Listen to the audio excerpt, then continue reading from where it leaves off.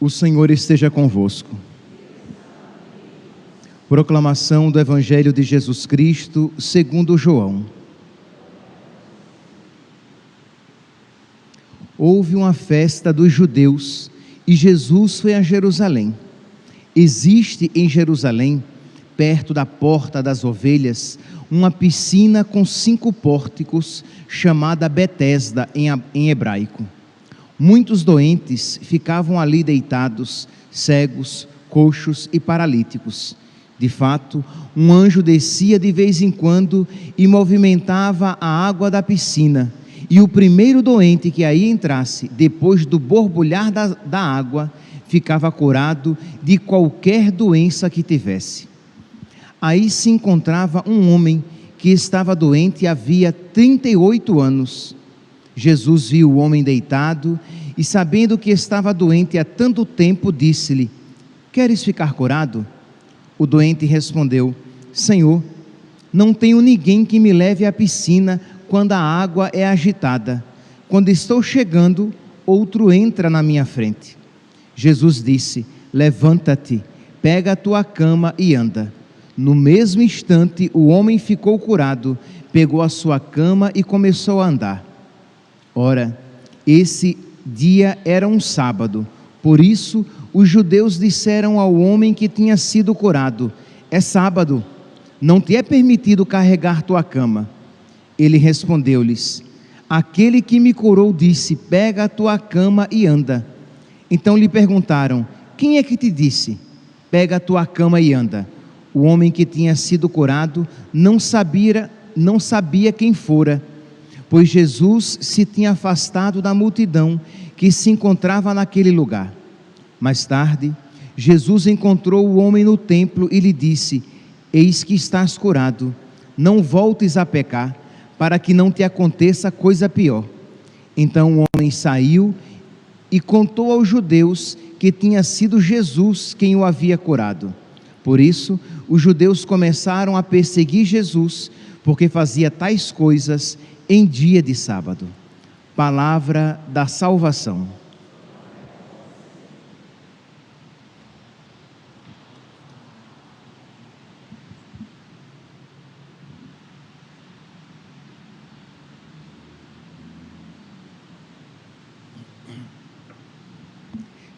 Caríssimos irmãos e irmãs,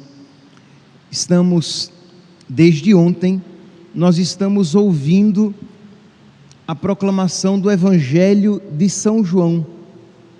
Agora, até a Páscoa, nós iremos ouvir constantemente esta leitura do Evangelho de São João, que nós iremos ver que há um crescimento no ódio dos judeus. Isto é, enquanto Jesus vai deixando cada vez mais clara a sua messianidade, que ele é o Messias, vai se tornando cada vez mais profundo o ódio no coração dos fariseus, dos saduceus, que querem a morte de Jesus.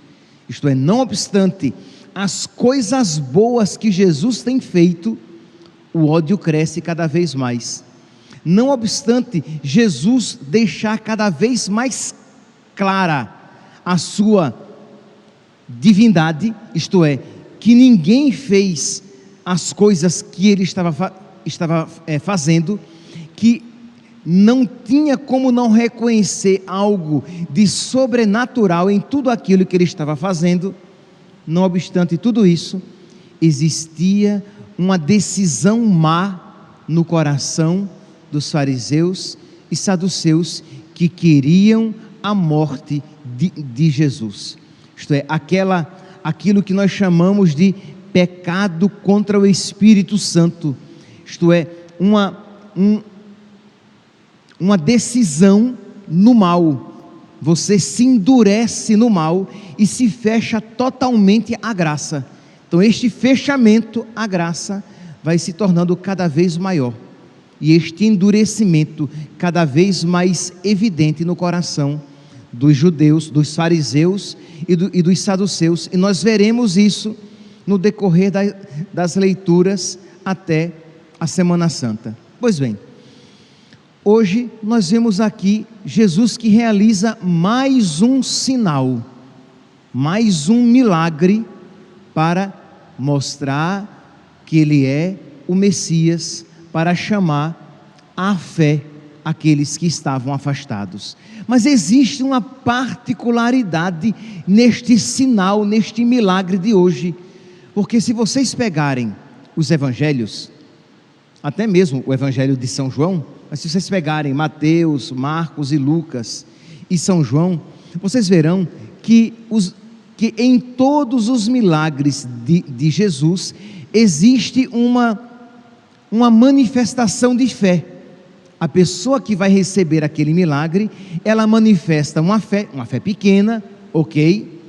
Que crescerá com aquele sinal, com aquele milagre, mas ela manifesta uma fé, ou, se não for ela, alguém que estava pedindo aquele milagre. Por exemplo, para dar um exemplo bem próximo, ontem, o evangelho de ontem, o filho do funcionário do rei, o rei vai, pede a Jesus pelo seu filho, Jesus diz, pode ir, ele está curado, ele está vivo, e diz então que o funcionário do rei acreditou, porque voltou para casa, acolheu aquela palavra de nosso Senhor, e voltou para casa, e não ficou, mas eu queria que o Senhor fosse lá, que o Senhor impusesse a mão, que eu visse alguma coisa. Não, Jesus disse, ele está curado, e ele acreditou. Pois bem, mas aqui isso não acontece. Diz aqui que existe em Jerusalém, perto da porta das ovelhas, uma piscina com 5 pórticos, chamada Betesda em hebraico. Muitos doentes ficavam ali deitados, próximos àquela piscina, porque existia uma história que dizia que de vez em quando um anjo descia, movimentava as águas, e quem entrasse primeiro ficaria curado de qualquer doença. Então Jesus encontra diz aqui no versículo 5, João capítulo 5, versículo 5, aí se encontrava um homem que estava doente havia 38 anos. Jesus viu o homem deitado, e sabendo que estava doente há tanto tempo, disse-lhe, queres ficar curado? O homem não pediu a cura, o homem não manifestou a fé em nosso Senhor, o homem nem sequer se tinha voltado para Jesus, mas Jesus tomou essa iniciativa. Ele viu aquele homem doente há 38 anos, que mal podia se arrastar até a piscina, porque ele diz que quando a piscina é movimentada, outros vão na frente dele. Nós podemos aqui imaginar, meus santos, o que é uma pessoa sofrendo há 38 anos. O que é uma pessoa ali naquele lugar, uma pessoa abandonada há 38 anos. Uma doença que a castiga há 38 anos, que faz com que ela sofra a fome, sim, porque ele não trabalhava, ele mal podia se arrastar até aquela piscina, ele não trabalhava, ele dependia daquilo que lhe davam, então frequentemente ele experimentava a fome, ele experimentava também o abandono, porque ele não tinha ninguém que o levasse até a piscina, então ele não tinha ninguém por ele. Você pode imaginar, talvez nós possamos imaginar a distância, o que significa alguém sozinho, doente, passando privação, experimentando a fome há 38 anos. Nós, que provavelmente temos algumas dificuldades, porque todos nós temos, mas será que uma dificuldade, um sofrimento tão doloroso quanto esse, e há tanto tempo quanto esse, há 38 anos, aquela graça, digamos, perdida, porque quando a água era movimentada, um outro chegava. Ele não tinha ninguém. Há 38 anos pedindo a Deus que dele tivesse misericórdia, e aparentemente não vendo nenhum sinal dessa misericórdia. Há 38 anos sofrendo, além da doença no seu corpo, sofrendo a fome, sofrendo a tristeza. Sim, porque nós podemos aqui imaginar a tristeza na alma deste homem, que já é refletida aqui no diálogo com o nosso Senhor, que quando nosso Senhor pergunta a ele, versículo 6, queres ficar curado? Ora, a resposta natural de uma pessoa que ainda tem alguma esperança é, quero. Mas qual foi a sua resposta? Senhor, eu não tenho ninguém que me leve à piscina quando a água é agitada. Quando estou chegando, Deus sabe como, se arrastando, quando estou chegando, outro entra na minha frente.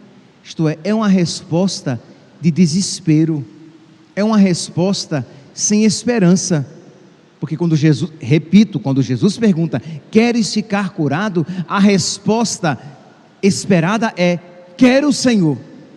Mas ele já não tinha esperança nenhuma de ser curado, porque há 38 anos que ele sofria a decepção de chegar à beira da piscina e ver que um outro lá já estava. Pois bem, 38 anos de fome, 38 anos também de sofrer furto. Como assim, padre? Se nós tivermos experiência de moradores de rua, nós sabemos que isso acontece. Os moradores de rua sofrem o furto, isto é, outros companheiros mais fortes roubam, às vezes, a comida que ele conseguiu, ou um cobertor melhor. Então, há 38 anos sofrendo fome, há 38 anos sofrendo o abandono, a tristeza, o furto, o frio, a doença. Há 38 anos. E aí diz então que Jesus misericordiosamente toma a iniciativa e vai ao seu encontro. Meus irmãos, o primeiro passo que nós devemos dar diante deste texto é não perder a esperança do olhar de Deus sobre nós. Uma das doenças mais terríveis na alma de uma pessoa que sofre é a tentação ao desespero, sentir-se tentado a se entregar ao desânimo, ao desespero. Deus não olha para mim, Deus não ouve mais as minhas preces, eu não mereço as graças de Deus. É verdade, meus santos, merecer nós não merecemos, mas Deus misericordiosamente nos concede. Deus nos ama e Deus cuida de nós. Então nós precisamos renovar a nossa fé para que não caiamos numa situação de desespero semelhante, porque mais doloroso do que o sofrimento é a sensação de esquecimento por parte de Deus. Que nós não permitamos, quando a doença, as dificuldades financeiras, as dificuldades morais, a luta contra um pecado na sua vida, que você não permita que aquela tentação de Deus não ouve você, Deus não olha mais para a sua vida. Há tanto tempo que você luta contra esse pecado, há tanto tempo que você suplica a Deus esta graça, Deus não ouve mais as suas preces. Que você então, na fé, que você diga, eu creio na bondade de Deus, eu creio. Você vai dizer, mas padre, mas é muito duro dizer isso, porque eu digo isso com a boca, mas os meus olhos veem uma circunstância diferente. Mas não diga apenas com a boca, diga com a fé, Deus cuida de mim. Existe um trecho no livro de Abacuque, eu não trouxe aqui, mas eu posso depois procurar, e enviar nos grupos um trecho bonito do livro de Abacuque, que diz assim: ainda que não haja mais ovelhas no aprisco, nem gado nos currais, mesmo assim eu creio em Deus. Isto é, mesmo que me falte o necessário, mesmo que aparentemente eu pareça ver o abandono de Deus, eu creio no amor de Deus. Eu comentava com uma pessoa por esses dias uma frase de um prisioneiro judeu de Auschwitz, ele preso, tendo como certa a sua morte, sofrendo todos aqueles maus tratos naquele campo de concentração, e ele escreve na parede da sua cela: Senhor, ainda que me mates, eu creio em ti.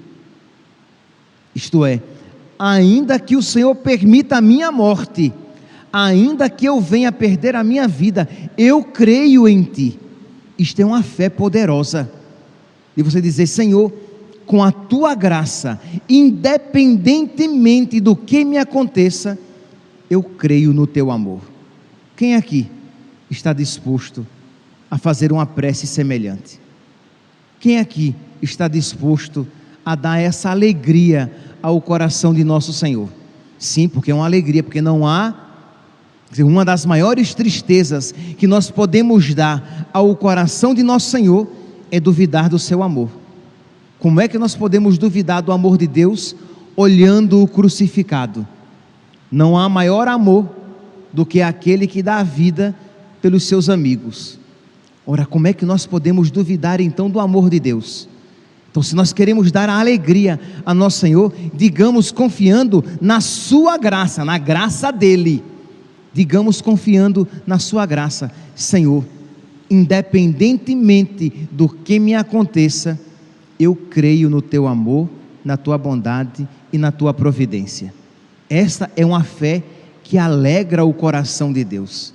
Fé esta que não estava presente aqui no coração deste da piscina de Betesda. Mas diz então que nosso Senhor misericordiosamente dele se aproxima, pergunta se ele quer ser curado. Ele começa com as suas lamentações, sem responder logo se quer ou não ser curado, porque no fim das contas ele não diz se ele queria ser curado, ele diz que ele tentou e que nunca conseguiu. Mas a pergunta de nosso Senhor não foi: você já tentou ser curado outras vezes? Aí a resposta seria essa: tentei, Senhor, mas todas as vezes que eu fui, um outro já tinha conseguido. Mas a pergunta não foi essa.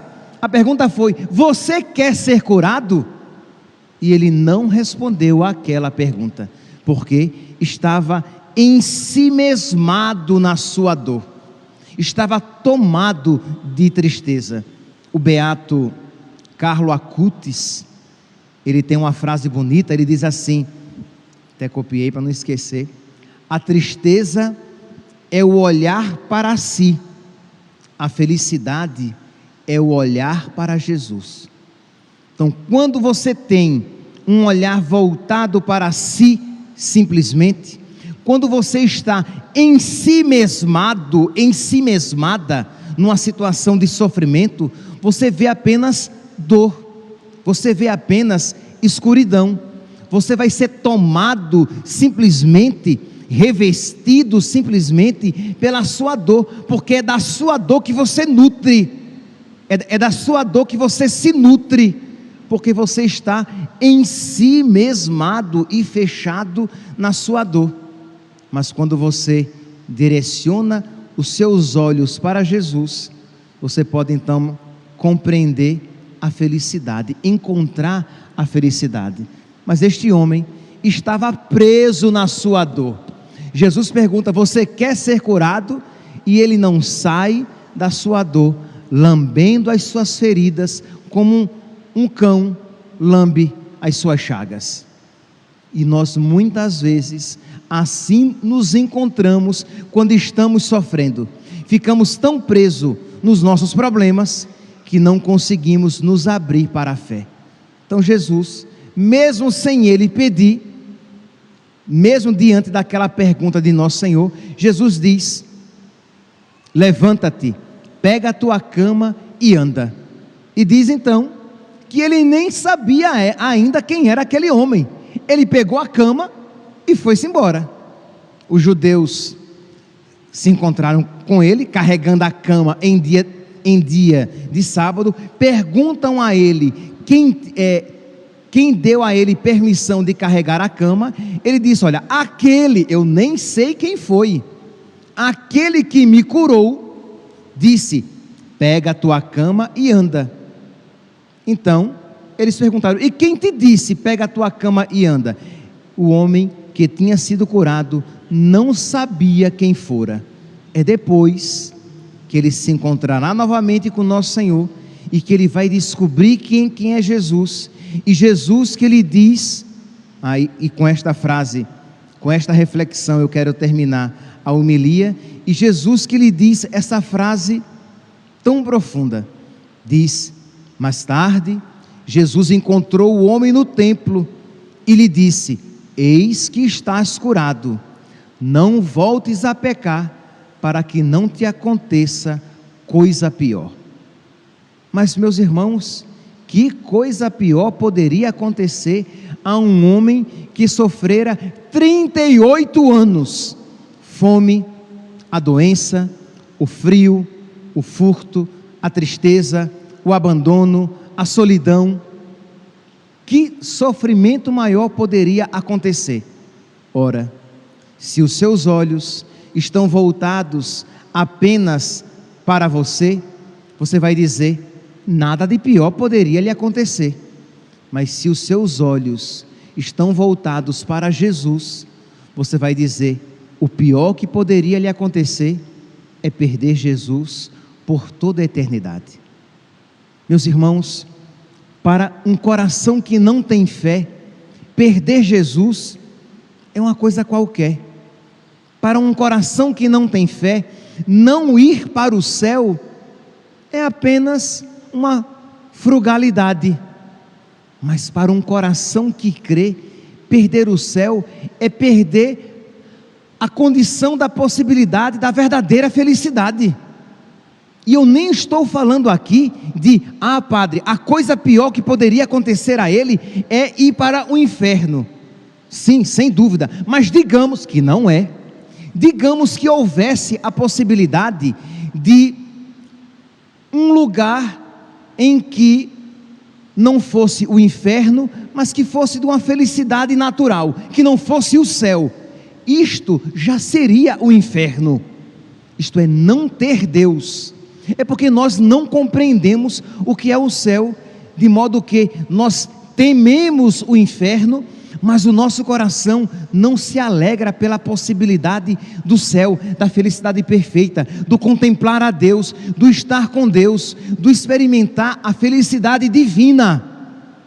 Porque tudo que nós experimentamos aqui na terra é felicidade humana, é felicidade criada, mas imagine o que é o céu, a felicidade de Deus.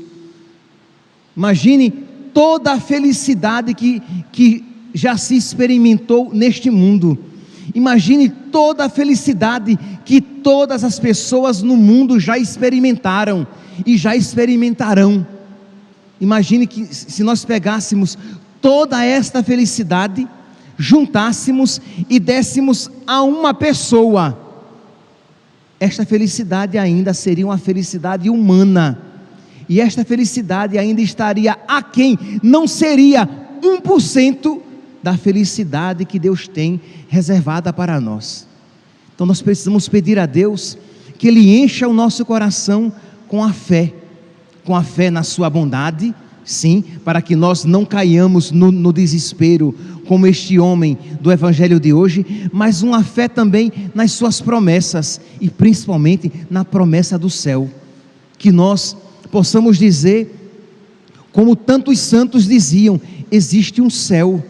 Santa Teresinha e tantos outros santos: existe um céu reservado para mim. Jesus espera por mim. E quando você disser isso e você perceber que você não compreende, porque você não compreenderá em que consiste isso, Peça a Deus que lhe aumente ainda mais a fé, para que o desejo cresça cada vez mais e você possa vislumbrar na terra, como num espelho embaçado, aquela felicidade que Deus tem reservado para você. De modo que, assim como esta frase surtiu efeito no coração deste homem: não voltes a pecar, para que não percas o céu e não sejas condenado ao inferno, nós também tomemos esta frase para a nossa vida, que nós também não queiramos ofender nosso Senhor com os nossos pecados, que nós também tenhamos força e decisão para abandonar todos os pecados da nossa vida, não apenas os pecados mortais, mas todos os pecados. Para quê? Para que nós não percamos o céu, para que nós não sejamos condenados ao inferno, mesmo que isso custe a você abandonar algo a que você se sente apegado, mesmo que isso custe a você abandonar um pecado a que você se encontra atrelado, amarrado, algemado há muito tempo, quem sabe há 38 anos. Isto é, que você diga: padre, mas há tanto tempo eu me sinto preso a este pecado, mas não apenas preso contra a minha vontade, mas preso até com o meu consentimento. Eu amo este pecado. E que você diga: Jesus, me ajude a me desapegar deste erro, desta maldade, disso que te entristece, deste vício que se incrustou, que se enfiou, que se enraizou na minha alma, e eu não apenas não consigo me desapegar, mas eu não quero me desapegar deste pecado. Ajuda-me, Senhor, que eu te ame tanto e que eu queira tanto estar contigo, de modo que eu esteja disposto a me desapegar de tudo aquilo que eu sei que não é do teu agrado. Que nós então, meus santos, ouvindo esta palavra de nosso Senhor, não voltes a pecar, para que não te aconteça coisa pior, que esta palavra surta efeito e faça frutificar, frutos de santidade e generosidade no nosso coração. Louvado seja nosso Senhor Jesus Cristo, para sempre seja louvado.